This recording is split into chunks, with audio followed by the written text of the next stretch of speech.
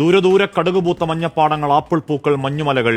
ഈ ഭൂമിയിൽ ഒരു പാരഡൈസ്, ഒരു സ്വർഗമുണ്ടെങ്കിൽ അത് ഈ താഴ്വാരമാണ് എന്ന് നമ്മൾ പറഞ്ഞു പഠിച്ചൊരു സ്ഥലത്താണ്. മനുഷ്യരക്തത്തിന് നടുവിൽ ഒരു പെൺകുട്ടി അനാഥം എന്ന വാക്കിന്റെ പ്രതീകം കണക്കെ പ്രിയപ്പെട്ടവര് ചാരെ മൗനമായിരിക്കുന്ന ഒരു ചിത്രം ഒരിക്കൽ കൂടിയൊന്ന് കാണാനാവില്ല. ആ നിശബ്ദ വേദനയ്ക്ക് എന്തൊരാഴമാണ്. ആ കൈകളിൽ കിടക്കുന്ന ചുവന്ന കുപ്പിവളകൾ മിണ്ടാതെ പറയുന്നുണ്ട്, 6 നാൾ മാത്രം നീണ്ടൊരു മധുവിധ മധുരം.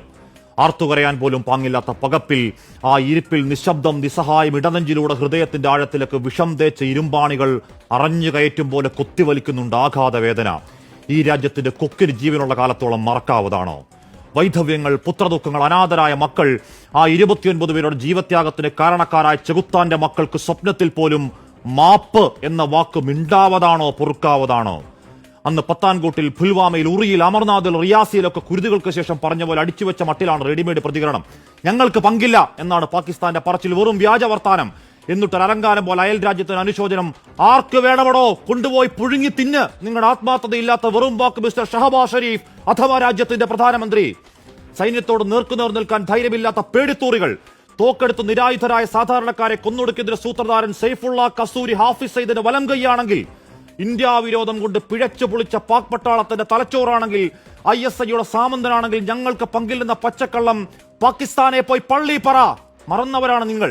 പരാജയത്തിൽ ഉളുപ്പില്ലാതെ മുട്ടുകുത്തി ജീവന് വേണ്ടി തണ്ടിയ മേധാവി നിയാസയെ ഞങ്ങൾ വെറുതെ വിട്ട നാണം കിട്ട ചരിത്രം. കാർഗിൽ തിരിച്ചോട്ടം, ബലാക്കോട്ടിന്റെ നീലാകാശ് നിറഞ്ഞ മിറാഷ് വിമാനങ്ങൾ, താഴെ ചാമ്പലായി ചത്തുമലച്ചു കിടന്ന ഹാഫിസ് സയ്യിദ് അടവച്ചിറക്കിയ അന്തകവിത്തുകൾ, മരണവക്താക്കൾ ഒക്കെയും മറന്നതാണെങ്കിൽ പഠിക്കുന്നില്ലെങ്കിൽ കാത്തിരിക്കുക ആവർത്തന ചരിത്രം. ചോര കൊണ്ട് അശനിവാദം. ഈ മഹാരാജ്യത്തിന്റെ പ്രതികാരം തടുക്കാൻ നിങ്ങളുടെ സൈനിക മേധാവി ഉണ്ടല്ലോ.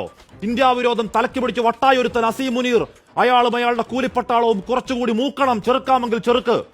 അവിടെ മതം തിരിഞ്ഞ് നിങ്ങൾ പാവങ്ങളെ പോയിന്റ് ബ്ലാങ്കിൽ നായാടിയെങ്കിൽ, വീണവന്റെ മതം ചെയ്യാത്ത ഞങ്ങൾ ഇന്ത്യക്കാർ രോഷത്തിൽ എരിയുന്നുണ്ടെങ്കിൽ, വിനാശകാലെ നിങ്ങൾ ചിന്തിയത് ഞങ്ങളുടെ സഹോദരങ്ങളുടെ ചോരയാണെങ്കിൽ, കസൂരിയും അയാളുടെ മാസ്റ്റർ ബ്രെയിൻ തന്തമാരും ആയുഷണ്ണി കാത്തിരുന്നോ?